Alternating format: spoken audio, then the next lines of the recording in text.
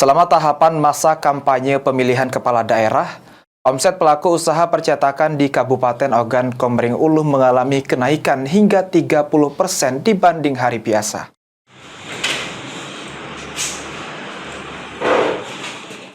Selama masa kampanye pemilihan kepala daerah 2024, usaha percetakan di Kabupaten Ogan Komering Ulu mencatatkan lonjakan omset yang signifikan.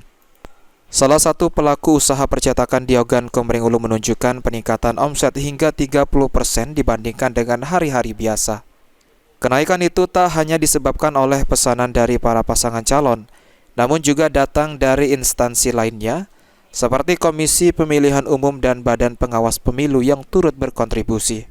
Para pelaku usaha percetakan di Oku mengakui bahwa momen pilkada menjadi berkah tersendiri.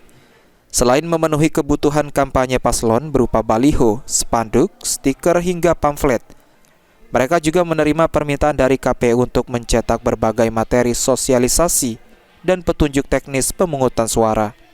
Sementara itu, Bawaslu juga melakukan pemesanan untuk kebutuhan alat kampanye pengawas pemilu yang akan disebar ke seluruh kecamatan dan kelurahan di Ogan Komering Ulu.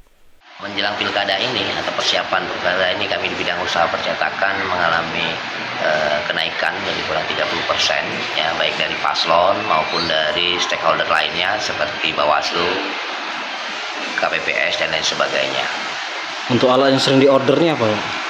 Biasanya mereka menggunakan alat peraga ini biasanya umbul-umbul, spanduk, kaos, dan merchandise lainnya.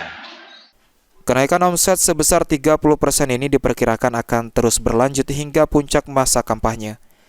Para pelaku usaha percetakan mengaku mempersiapkan stok bahan dan tenaga kerja tambahan guna memenuhi permintaan yang diperkirakan terus meningkat hingga hari pemungutan suara.